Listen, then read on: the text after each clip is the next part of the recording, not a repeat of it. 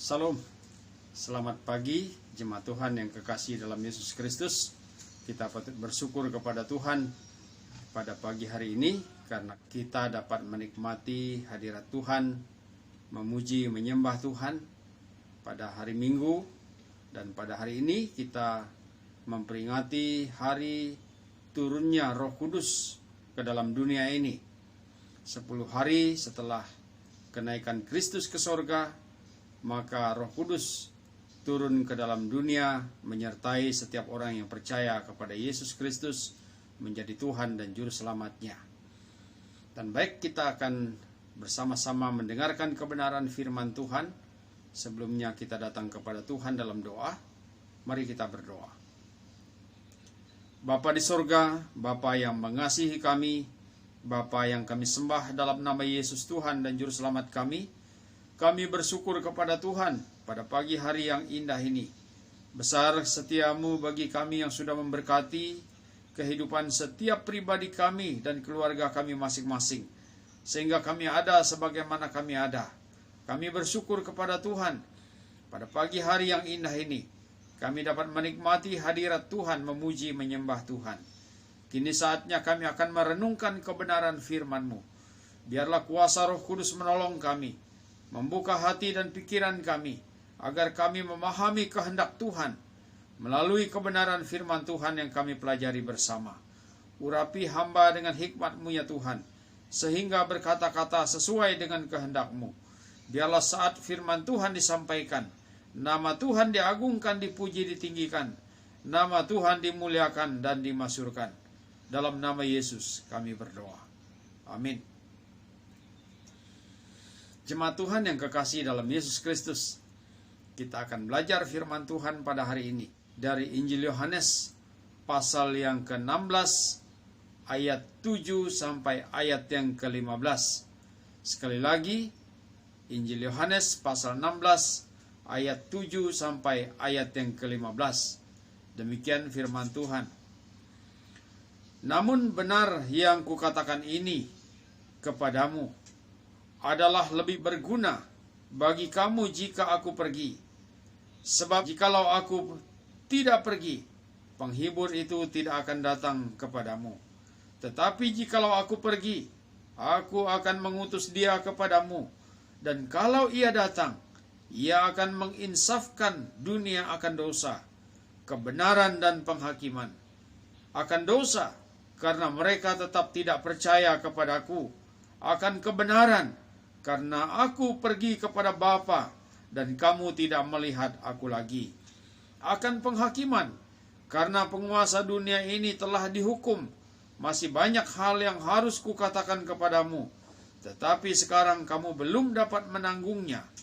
Tetapi apabila ia datang, yaitu Roh kebenaran, ia akan memimpin kamu ke dalam seluruh kebenaran, sebab ia tidak akan berkata-kata dari dirinya sendiri, tetapi segala sesuatu yang didengarnya, itulah yang akan dikatakannya, dan ia akan memberitakan kepadamu hal-hal yang akan datang. Ia akan memuliakan aku, sebab ia akan memberitakan kepadamu apa yang telah diterimanya daripadaku.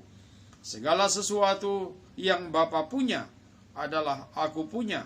Sebab itu aku berkata, ia akan memberitakan kepadamu apa yang diterimanya daripadaku. Puji Tuhan. Sambil kita merenungkan firman Tuhan pada hari ini dengan tema pekerjaan Roh Kudus dalam kehidupan orang percaya. Pekerjaan Roh Kudus dalam kehidupan orang percaya. Hari ini adalah hari di mana kita akan memperingati bahwa Roh Kudus sudah turun ke dalam dunia ini untuk menyertai orang yang percaya kepada Yesus menjadi Tuhan dan Juru Selamatnya. Roh Kudus telah turun ke dalam dunia bertepatan dengan hari raya Pentakosta bagi bangsa Israel, yaitu hari ke-50 atau 7 minggu setelah perayaan Paskah.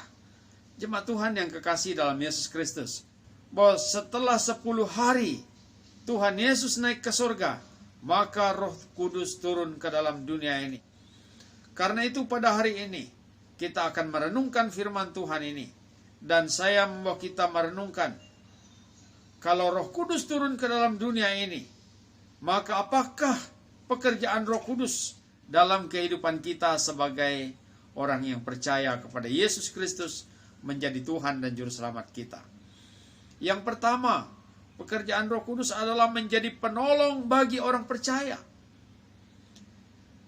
Dalam Injil Yohanes pasal 14 ayat 16, dikatakan oleh firman Tuhan, Aku akan minta kepada Bapa, dan Ia akan memberikan kepadamu seorang penolong yang lain, supaya Ia menyertai kamu selama-lamanya. Nah, ini firman Tuhan. Bahwa Roh Kudus itu adalah penolong bagi orang percaya kepada Yesus Kristus.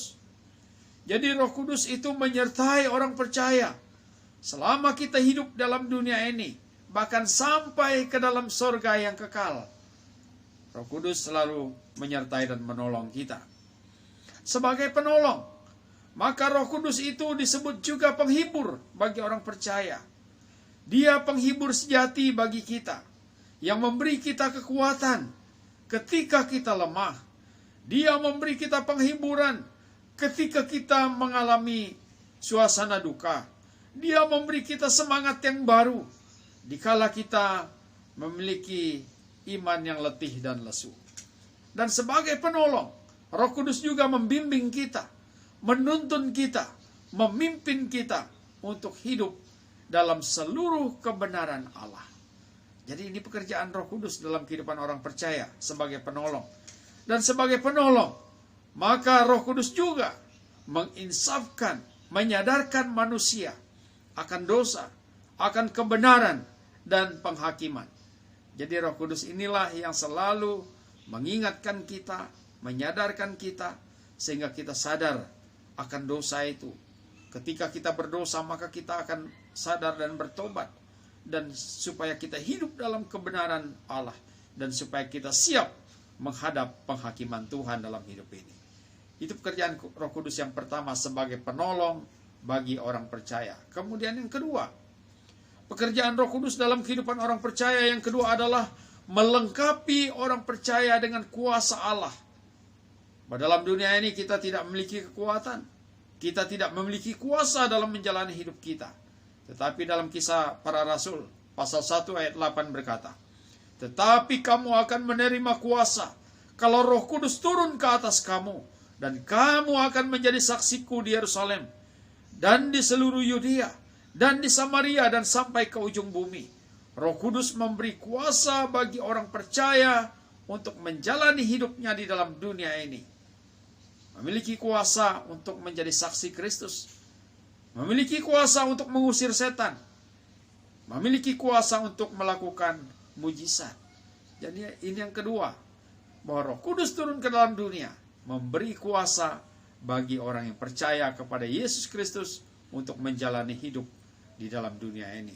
Kemudian yang ketiga, Roh Kudus yang ketiga adalah melengkapi orang percaya dengan karunia rohani. Roh Kudus telah turun ke dalam dunia ini untuk memperlengkapi setiap orang percaya dengan karunia-karunia rohani.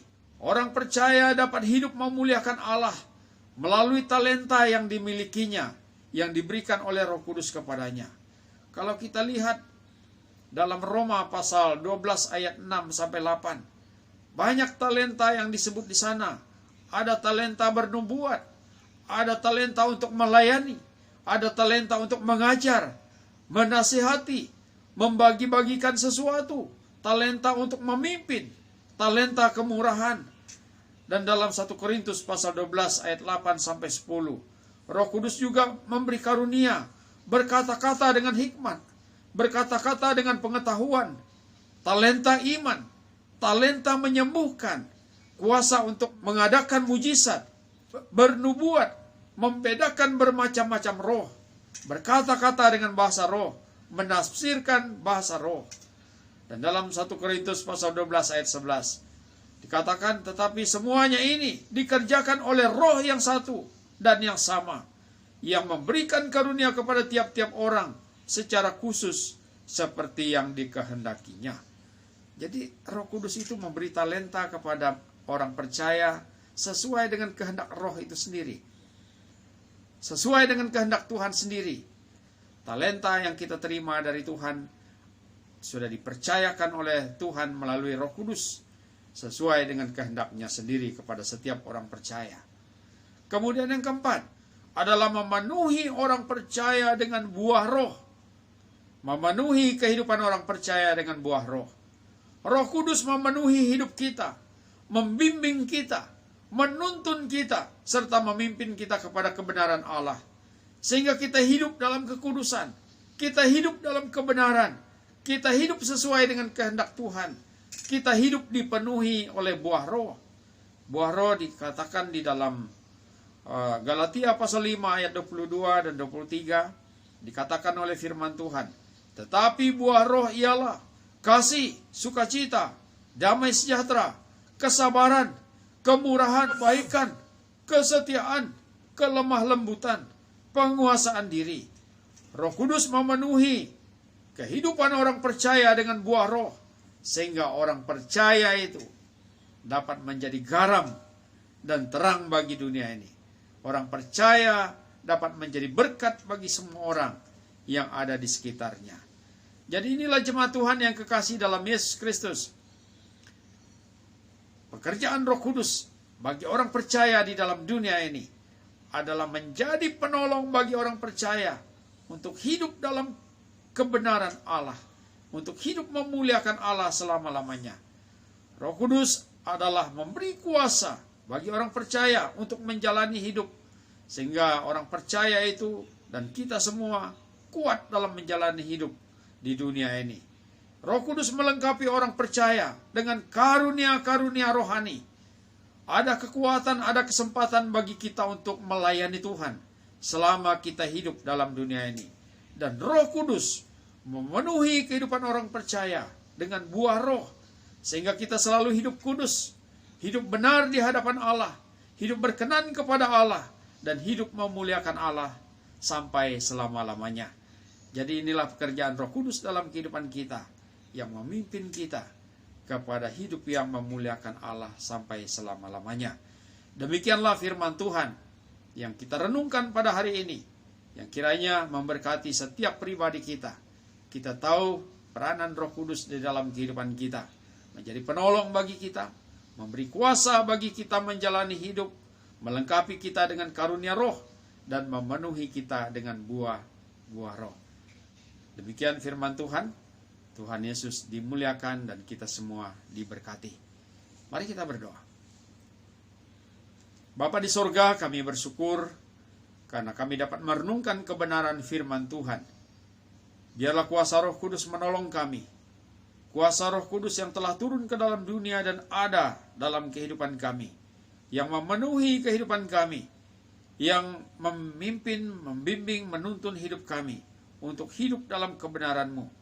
Roh Kudus menolong kami agar kami memahami kehendak Tuhan, mengerti pekerjaan Roh Kudus di dalam hidup kami, bahwa Roh Kudus menjadi penolong bagi kami untuk menjalani hidup ini, sehingga kami kuat.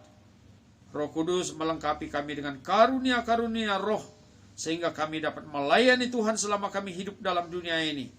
Dan Roh Kudus senantiasa memenuhi kami dengan buah Roh, sehingga hidup kami boleh menjadi saluran berkat bagi dunia ini. Berkati kami oleh kebenaran firman Tuhan ini, di dalam nama Yesus.